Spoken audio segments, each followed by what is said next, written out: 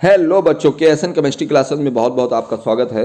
बच्चों, हम आज बात करने वाले हैं बायो में जैव विविधता एवं संरक्षण के बारे में, जो कि वेरी मोस्ट इम्पॉर्टेंट टॉपिक है बोर्ड एग्जाम की हैसियत से।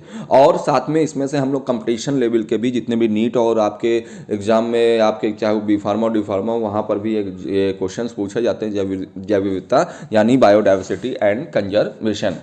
तो इस वीडियो को हम इस पूरे चैप्टर को हम लोग आज क्या करने वाले हैं, एक ही शॉट में कवर करेंगे।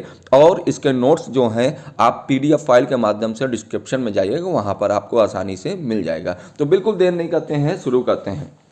देखिए, सबसे पहले आपके सामने क्या लिखा हुआ है, बायोडाइवर्सिटी यानी जैव विविधता। जैव विविधता को क्या कहते हैं? जैव विविधता पृथ्वी पर पाए जाने वाले विभिन्न जीव जातियां जो होती हैं उनको क्या कहते हैं? जैव विविधता कहते हैं। इस शब्द की प्रयोग सबसे पहले किसने किया था? एडवर्ड विल्सन ने। ध्यान रखिएगा, इस शब्द का प्रयोग सबसे पहले किसने किया था? एडवर्ड विल्सन ने। तो इन्होंने बताया कि पृथ्वी पर पाए जाने वाली विभिन्न जीव जातियां जो होती हैं उसे क्या कहते हैं? बायोडाइवर्सिटी यानी जैव विविधता। अब जैव विविधता के प्रकार को बांटा गया। जैव विविधता जो है 3 प्रकार की होती हैं। एक आनुवंशिक विविधता होती है, एक आपकी जाति विविधता होती है, और एक होती है पारिस्थितिकी विविधता। यानी आपको यहाँ पर हम सबसे पहले बताएंगे आनुवंशिक विविधता के बारे में, आनुवंशिक बायोडाइवर्सिटी के बारे में। अब इसमें क्या होगा, एक ही जात में पाई जाने वाली जो भिन्नता है उसको कहते हैं आनुवंशिक जैव विविधता। एग्जाम्पल में आप देख लीजिए, चावल, आम किस्में जो होती हैं, सर्पगंधा, मतलब चावल की ही जातियों में कई विभिन्न जातियां होती हैं, उनको क्या कहते हैं? आनुवंशिक बायोडाइवर्सिटी। ठीक है, इसके बाद हम जाति की बात कर ले। पूरी एक जाति में भिन्नता पाई जाए तो देखिए, किसी जाति, यहाँ पर ध्यान दीजिएगा, किसी जाति के अलग अलग किस्मों में, यानी एक ही जाति है मान लीजिए, उसमें अलग अलग उसकी जो वेराइटीज़ हैं उसमें पाई जाने जो भिन्नता है उसको क्या कहते हैं? जाति भिन्नता कहते हैं। उसी तरह एग्जाम्पल के माध्यम देखिए, उभयचर की बात कर ले। पश्चिमी घाट में जो पश्चिमी घाट है वहाँ पर उभयचर की संख्या जो है जातियाँ अधिक पाई जाती हैं। उसी जगह पूर्वी घाट में आप देखोगे उनकी यहाँ पे क्या है, आपको ये जो जातियाँ हैं ये क्या होती हैं? उभयचर की वो क्या होती हैं? कम पाई जाती हैं। तो इसे कहते हैं जातीय बायोडाइवर्सिटी। मतलब इनका कहने का क्या है कि एक ही जाति के बीच कई भिन्नता पाई जाती हैं। तो इन्होंने एक पश्चिमी घाट कर दिया और दूसरा किसका दिया?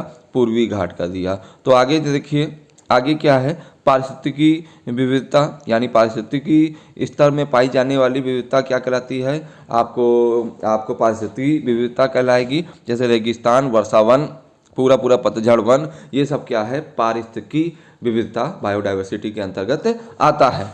अब अगर हम बात करें, जो आपका इकोसिस्टम बायोडाइवर्सिटी है उसको 3 भागों में बांटा गया है। कौन कौन से? ध्यान दीजिएगा, यहाँ पर एक होता है अल्फा विविधता, एक होता है बीटा, एक होता है गामा। देखिए, इन चीज़ों को कोई नहीं बताने वाला है। बेशक बहुत ही नोट्स जो लिए गए हैं ये बहुत ही समझ लीजिए डीप से लिए गए हैं। तो बिल्कुल इन टॉपिक्स को कोई नहीं बताता है। आप पूरा वीडियो देखिए, आपको पूरा आप नोट्स यहाँ से ले सकते हैं। देखिए, अल्फा विविधता क्या होती है? अल्फा विविधता क्या कहती है? एक ही समुदाय या आवास में पाई जाने वाली जीवों में विविधता। एक ही समुदाय या आवास में पाई जाने वाली जीवों में विविधता को क्या कहते हैं? अल्फा विविधता कहते हैं। एक छोटे से वन या उद्यान में पादपों में विविधता, यानी एक छोटा सा वन है, बहुत छोटा सा, या बगीचा है, वहाँ के जो पौधे हैं, पेड़ पौधों में विविधता पाई जाती है, इसको कहते हैं अल्फा विविधता। इसके बाद बीटा विविधता की बात कर ले तो अलग अलग समुदायों या आवासों में पाई जाने वाली जीवों में विविधता। उसमें एक ही था, यहाँ क्या है? अलग अलग समुदायों में पाए जाने वाली जीवों में जो विविधता है उसे क्या कहते हैं? बीटा विविधता कहते हैं। यानी स्थल और जल तंत्रों में पाई जाने वाली जातियों में विविधता। स्थल यानी जो आपकी पृथ्वी, और जल तंत्रों में पाई जाने वाली जातियों की भिन्नता जो है। ठीक है, अब यहाँ गामा की बात कर लें। गामा में क्या है? एक ही क्षेत्र में अलग अलग आवासों में पाई जाने वाली जीवों में विविधता को क्या कहते हैं? गामा विविधता कहते हैं।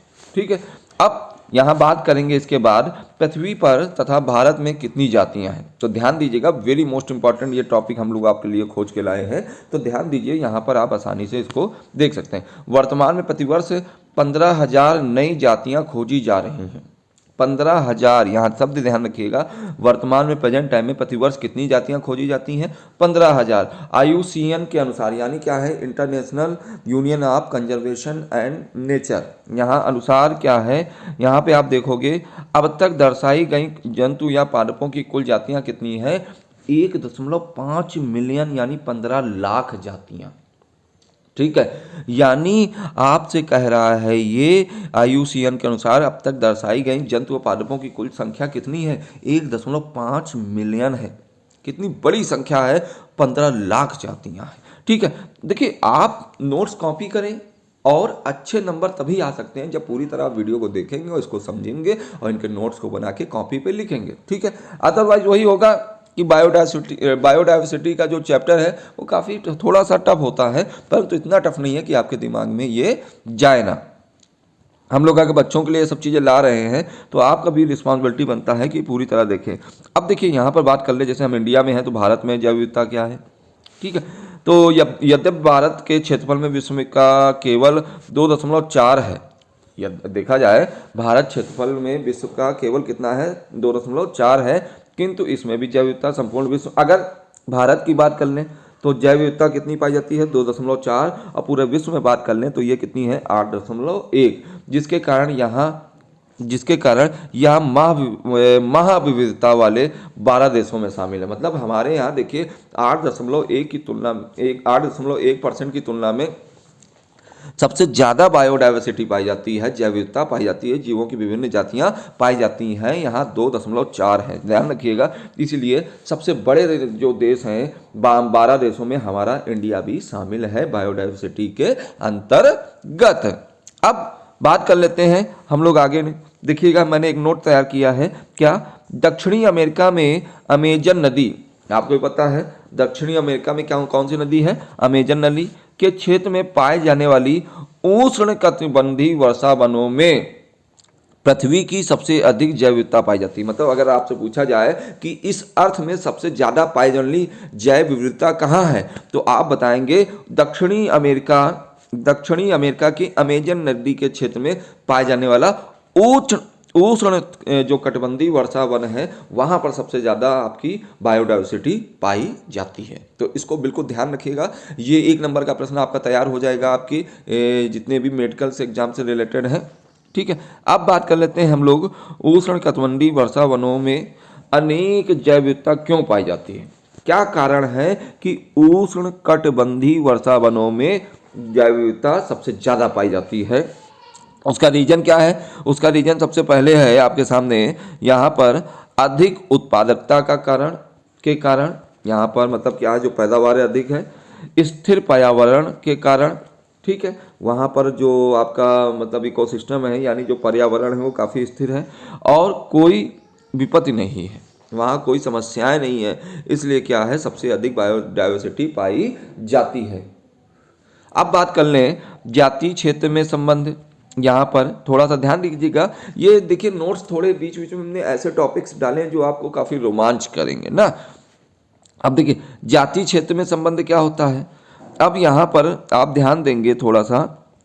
जातीय क्षेत्र में देखिए जर्मनी के प्रकृति विज्ञान या भूगोल शास्त्री अलेक्जेंडर वान हम्बोल्ट ने दक्षिणी अमेरिका के जंगलों में पूर्ण आवेषण के, यानी जो आपकी खोज है के बाद यह बताया कि किसी भी दिए गए क्षेत्र की जातीय समृद्धि क्षेत्र के साथ केवल एक सीमा तक ही बढ़ सकती है। इनके अनुसार जातीय समृद्धि और क्षेत्र के बीच संबंध एक आयताकार अतिपरवलय के रूप में होता है।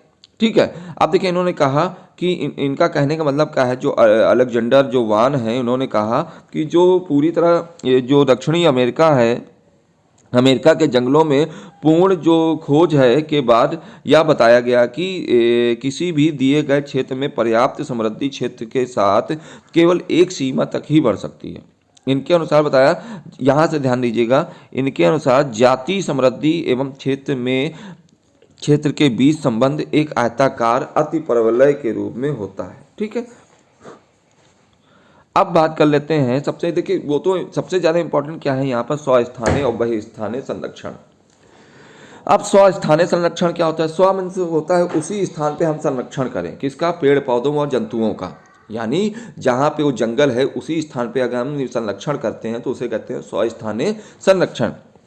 लिखिए लिखा क्या है, इस संरक्षण की तकनीक से जीवों को उनके प्राकृतिक आवास में ही संरक्षित किया जाता है, यानी उनको कहीं ले जाया नहीं जाता है, वहीं पर उनका कंजर्वेशन, उनकी देखभाल की जाती है। इसको कहते हैं स्वस्थानीय संरक्षण। अब यहाँ पर बात कर ले, जो स्वस्थानीय संरक्षण है वो निम्न रूप से दिए गए हैं। कहाँ कहाँ देखिए, ध्यान दीजिएगा। राष्ट्रीय उद्यान, देखिए नेशनल पार्क होते हैं। वन्य जीव आरक्षित क्षेत्र है, वहाँ पे कोई और नहीं जा सकता है, वो बिल्कुल मतलब प्रोहिबिटेड एरिया है, प्रतिबंधित एरिया है। जीवमंडल आरक्षित क्षेत्र होता है और सांस्कृतिक व धार्मिक मान्यताएं होती हैं जहाँ पे। ये कैसे हैं, ये जैव विविधता के क्या हैं, हॉट स्पॉट हैं। ध्यान रखिएगा, यहाँ पर स्वस्थानीय में अगर हम बात कर लें सबसे पहले तो यहाँ पर जैव विविधता हॉट स्पॉट, ध्यान दीजिएगा, जैव विविधता हॉट स्पॉट। दूसरा क्या है, राष्ट्रीय उद्यान। तीसरा क्या है, वन्य आरक्षित क्षेत्र। चौथा क्या है, जीवमंडल आरक्षित क्षेत्र। और पांचवा क्या है, सांस्कृतिक व धार्मिक मान्यताएं। तो एक एक पहले बात कर लेते हैं। देखिए जैव विविधता हॉट स्पॉट क्या है, देखिए इसमें उन क्षेत्रों को रखा गया है या जाता है जिनमें अत्यधिक जाति समृद्धि होती है, यानी वहाँ पर सबसे ज़्यादा जातियाँ पाई जाती हैं तथा उच्च स्थानिकता दर्शाती हैं। ये जातियां दूसरे स्थानों पर नहीं पाई जाती हैं, भारत में 3 हॉट स्पॉट है। सबसे पहली बात कर ले, पश्चिम बंगाल में देख लीजिए, जो आपका टाइगर है वो पश्चिमी घाट या श्रीलंका की बात कर ले। ये जो आपको इंडो वर्मा है या हिमालय का जो क्षेत्र है, ये क्या है, ये जैव विविधता के हॉट स्पॉट है।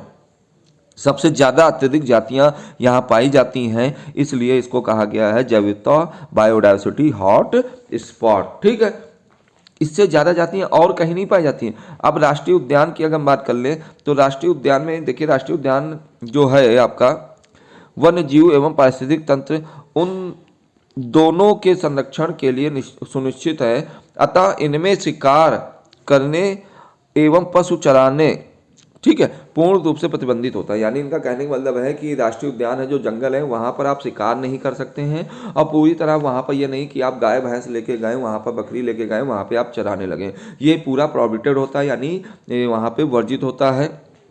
इसमें व्यक्तिगत स्वामित्व किसी का नहीं होता है। इनकी स्थापना जो होती है वो किसके अंतर्गत आती है, केंद्र सरकार के अंतर्गत आती है, परंतु व्यवस्था संबंधी अधिकार राज्य सरकार का होता है। यानी कहने का मतलब है, जो राष्ट्रीय उद्यान होते हैं वो आपके केंद्र सरकार के अंडर में आते हैं, परंतु उसकी देखभाल कौन करता है, वो राज्य सरकार करती है। और इसी में इसके मतलब इस जंगल में किसी का स्वामित्व नहीं होता कि कोई कह दे भैया ये मेरी ज़मीन है, वहाँ पे किसी का स्वामित्व नहीं होता है। ये पूरी तरह प्रतिबंधित एरिया होता है। वहाँ पर पादप और जीव जंतुओं का क्या किया जाता है, राज्य सरकार क्या करती है, उसकी देखभाल करती है। ये हो गया राष्ट्रीय उद्यान। अब कर ले हम सांस्कृतिक एवं धार्मिक मान्यताएं। देखिए भारत में एक भावना प्रधान देश है, ठीक है, ध्यान रखिएगा। इसमें लोगों की भावनाएं पेड़ पौधे जानवरों के साथ भी क्या रहती हैं, गहरी रूप से जुड़ी हैं। आप भी जानते हैं भारत क्या है का सब, देखिए जातियों से भी ऊपर क्या पाया जाता है, धार्मिक मान्यताएं पाई जाती हैं, सांस्कृतिक मान्यताएं पाई जाती हैं। यहाँ पर हम लोग पेड़ों को पूजते हैं, जैसे तुलसी ले लीजिए, पीपल ले लीजिए, बरगद ले लीजिए, इन सबको पूजते हैं। जानवरों में हम गाय ले लीजिए, हर एक चीज़ जानवर की क्या है, हर जगह वैल्यू है, ठीक है, उनको पूजते हैं। इसलिए बहुत से वृक्ष, जानवर, पर्वत, जंगल आदि धार्मिक मान्यताओं के कारण सुरक्षित हैं। अगर हम बात कर लें, यहाँ पर कुमाऊं क्षेत्र में देवदार के वृक्ष पाए जाते हैं, वह देवदार वन मंदिरों के कारण सुरक्षित हैं, ठीक है। इनका क्या मानना, तो कुमाऊं जो है आपका, कुमाऊं क्षेत्र में देखेंगे आप, उत्तराखंड में क्षेत्र के देवदार वन जो है मंदिरों के कारण ही सुरक्षित है, ठीक है। राजस्थान की जो अरावली पहाड़ियां हैं वो क्या है, धार्मिक मान्यताएं हैं। तो ये बिल्कुल ध्यान रखिएगा कि इसके अंतर्गत आप स्वस्थानीय के अंतर्गत ये सब चीज़ें आती हैं। अब बात कर ले बहिस्थाने में आप बिल्कुल ध्यान दीजिएगा। अगर मतलब हम प्राकृतिक स्थान से उठाकर उनको चिड़ियाघर में या कहीं अलग जगह पे रख के, उनकी क्या करते हैं, प्रयोगशाला में रख के उनकी हम रक्षा करते हैं, उनकी देखभाल करते हैं, वो कहलाता है बहिस्थानीय संरक्षण। अब ध्यान दीजिएगा, यदि हम किसी जीव को मानव निर्मित आवास में, यानी हमारे मानव के द्वारा बनाया गया आवास में, जैसे आप देखिए आपका ये जो इधर साइड अखिलेश यादव जी का जो है एरिया, मैनपुरी और इधर इटावा वाला क्षेत्र, यहाँ पे देखिए जो गिर के शेर है वहाँ पर जो है बब्बर शेर वहाँ पे लाके संरक्षित किए गए हैं, है ना। तो इन्होंने मानव के द्वारा बनाया गया वो क्षेत्र की नहीं, तो मानव निर्मित आवास में रखकर सुरक्षा प्रदान करते हैं, तो इसे बाह्य स्थानीय संरक्षण कहते हैं। अब देखिए इसे भी निम्नलिखित तरीकों से हम रख सकते हैं। जंतु उद्यान है आपका, वनस्पति उद्यान है, जंतु घर है, प्रयोगशाला है। ये अब ध्यान दीजिए, ये छोटी छोटी हेडिंगें आ जाती हैं। एक होता है क्रायो प्रिजर्वेशन, ऐसे जीव जो दुर्लभ व संकट ग्रस्त पादपों के रूप में जर्म प्लाज्म को बहुत कम ताप पर संग्रहित किया जाता है। यानी इनका कहने का मतलब है जो बहुत मुश्किल से मिलते हैं, ऐसे जीव हम क्या करते हैं, ऐसे जीव जो दुर्लभ हैं और संकटग्रस्त हैं, यानी वो क्या है, उनके जो पादप हैं, पादपों के जर्म प्लाज्म होते हैं, उनको बहुत कम ताप पर हम लोग प्रिजर्व करके रखते हैं। कितना टेम्परेचर, माइनस में 196 डिग्री सेल्सियस पर संग्रहित किया जाता है, तो इसे निम्न ताप पर परीक्षण या क्रायो प्रिजर्वेशन कहते हैं। ठीक है, इसके बाद हम बात कर लें पात्र निषेचन। इसमें दो, ध्यान दीजिएगा, हाँ, इसमें दो उच्च श्रेणी के विशिष्ट जाति के नर व मादा युग्मकों का निषेचन परखनली में या प्रायोगिक पात्र में कराया जाता है। यानी बहुत ही मतलब हायर श्रेणी के जो जातियां होती हैं उनके नर व मादा युग्मकों को लिया जाता है परखनली के अंदर, और परखनली में आप लेकर में क्या किया जाता है, क्रॉस कराया जाता है। इसे क्या कहते हैं हम, पात्र निषेचन कहलाते हैं। ठीक है, अब जैव विविधता को क्षति का कारण क्या है। अब हम लोग इतना देख रहे हैं जैव विविधता क्षति का कारण, सबसे बड़ा तो कारण क्या है, अत्यधिक जनसंख्या का बढ़ जाना। मुझे तो यही लगता है अत्यधिक क्या है, जनसंख्या काफ़ी तेज़ी से बढ़ रही है, जिसके लिए लोगों को घर की आवश्यकता है। अब घर की आवश्यकता है तो लोग पेड़ काटे डाल रहे हैं, जानवरों को मारे डाल रहे हैं, आवासों की क्षति और उनका विखंडित होना, अत्यधिक दोहन, ठीक है, विदेशी जातियों का आक्रमण, प्रदूषण, ये सब देखिए आपके कारण हैं। ठीक है, एक एक करके देखिएगा यहाँ पर। अब हम बात कर लें, जैसे यहाँ पर देखिए जैव विविधता के संरक्षण की बात कर लें। जैव विविधता के संरक्षण की अगर हम बात कर लें तो तीन तरह से, एक संकीर्ण रूप से उपयोगी है, एक व्यापक रूप से है, एक नैतिक रूप से इसके संरक्षण की हम बात कर सकते हैं। देखिए अब संकीर्ण रूप से उपयोग, देखिए बायोडाइवर्सिटी में हम बात करें अगर संकीर्ण रूप से उपयोगी तो इसमें वे कारण आते हैं जो मानव की छोटी छोटी ज़रूरतों को पूरी करता है। जैसे आप भोजन हो गया, रेशे हो गए, इमारत की लकड़ी हो गई, दवाइयाँ हो गई आदि। देखिए जिसके पास सबसे ज़्यादा बायोडाइवर्सिटी वो देश सबसे ज़्यादा व्यापार करता है। ध्यान रखिएगा, जिसके पास सबसे ज़्यादा बायोडाइवर्सिटी है वो सबसे ज़्यादा व्यापार करता है।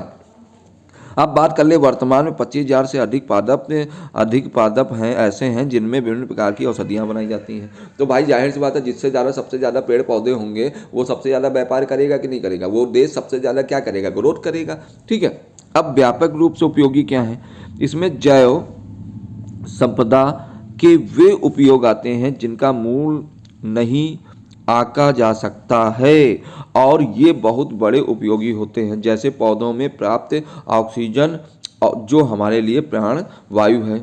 अकेला अमेजन वन वायुमंडल में क्या है, अकेला अमेजन वन वायुमंडल में उपस्थित ऑक्सीजन का 20% भाग उत्पादित करता है। केवल क्या है, अमेजॉन के जो जंगल हैं वो 20% ऑक्सीजन उपलब्ध कराते हैं इस पृथ्वी को, और उसे पृथ्वी का क्या कहा जाता है, फेफड़ा माना जाता है, पृथ्वी के फेफड़े के रूप में जाना जाता है। तो ध्यान रखिएगा, अगर व्यापक रूप से हम उपयोगी समझे बायोडाइवर्सिटी को तो सबसे ज़्यादा जो ऑक्सीजन उपलब्ध कराने वाला है वो अमेजन का वन है आपका। ठीक है, अब नैतिक रूप से देख लिया जाए, नैतिक रूप से, ठीक है, नैतिक रूप से हम बात कर लें, जैव विविधता के संरक्षण में हमारे नैतिक मूल्यों का भी उपयोग होता है। मनुष्य यह अच्छी तरह जान चुका है कि उसका अकेले का अस्तित्व संभव नहीं है। यदि उसे अपना अस्तित्व बनाए रखना है तो उसके चारों ओर पाए जाने वाले पादपों, जंतुओं और सूक्ष्म जीवों को भी साथ रखना होगा। ठीक है, अब वो मनुष्य जानता है कि केवल हम अकेले हम ग्रोथ नहीं कर सकते, अगर हमें ग्रोथ करना है तो हमें पादपों को, जंतुओं को और सूक्ष्म जीवों को लेके चलना होगा, क्योंकि इस सभी का अपना महत्व है। यानी इस पृथ्वी पे जो भी मौजूद है सबका अपना अपना महत्व है, सभी एक दूसरे से इकोसिस्टम में जुड़े हुए हैं। जरा सभी आप छेड़छाड़ करेंगे तो वह आपको बायोडायवर्सिटी में क्या होगा, नुकसान होगा। अब क्या आता है, बायोडायवर्सिटी को हम कैसे संरक्षित करें? तो पहला होता है बफर क्षेत्र। ठीक है, यहाँ इसमें मानव क्रियाओं की सीमित अनुमति होती है, यानी एक ऐसा क्षेत्र बना दें कि आप परमिशन लेके उसमें जो भी एक्टिविटीज़ करेंगे वो मेरी परमिशन का करेंगे, सरकार की अनुमति से करेंगे। ये नहीं जब चाहा आपने जंगल में सब शुरू कर दिया। ठीक है, अब कुशल योजना अनुक्षेत्र, इसमें मानव के लाभकारी उत्पादों को प्राप्त करने की पूर्ण अनुमति होती है, परंतु पारिस्थितिक तंत्र की क्षति की अनुमति नहीं होती है कि आप जाओ वहाँ पर आप करो, जो लाभकारी उत्पाद हैं वहाँ पर बिल्कुल आप कर सकते हो, परंतु आप सोचो कि हम उसको नुकसान पहुँचाएं, इसकी अनुमति नहीं है। इसमें जीव जंतु और उस क्षेत्र के मूल आदिवासी अपने पशु को क्या करते हैं, पशु के साथ रहते हैं। मतलब वहाँ पर आप ये नहीं जंगल में गए आप लकड़ी अंधाधुंध काट रहे हैं, वहाँ पर आप रह सकते हैं और जितने पशु हैं उनकी क्या उनके साथ रह सकते हैं, ये आदिवासी उसमें आते हैं। ठीक है, अब बायोस्फीयर का जो परीक्षण की विशेषताएं क्या है, पारक्षण की, यहाँ पर जैवमंडल पारक्षण में पूरी तरह संरक्षित क्षेत्र होना चाहिए। बायोस्फीयर पारक्षण राष्ट्रीय उद्यानों व उनके चारों ओर के क्षेत्र को विकसित करने वाले होने चाहिए। ठीक है, अब बायोस्फीयर जो है वो पारक्षण के उद्देश्य क्या है, एक होता है संरक्षात्मक, ठीक है, और एक होता है शोध के लिए। अब देखिए संरक्षात्मक क्या है, इसमें जैव विविधता, पारिस्थितिकी तंत्र व जीन पूल को संरक्षण प्रदान किया जाता है। ठीक है, जीन पूल को क्या करते हैं हम लोग, संरक्षण प्रदान करते हैं। शोध के लिए क्या है, इसमें बायोस्फीयर में अनेक शोध कार्य कर उनका ज्ञान आदान प्रदान कर प्राकृतिक क्षेत्रों को उन्नत किया जा सकता है। ठीक है, हम बायोस्फीयर के बारे में उसमें हम शोध करेंगे, रिसर्च करेंगे और उनका ज्ञान प्राप्त करके उन ज्ञान को क्या कर सकते हैं, आदान प्रदान करके जो प्राकृतिक क्षेत्र को हम क्या कर सकते हैं, उन्नत किया जा सकता है। ठीक है, अब ध्यान दीजिएगा वन्य जातियों की सुरक्षा।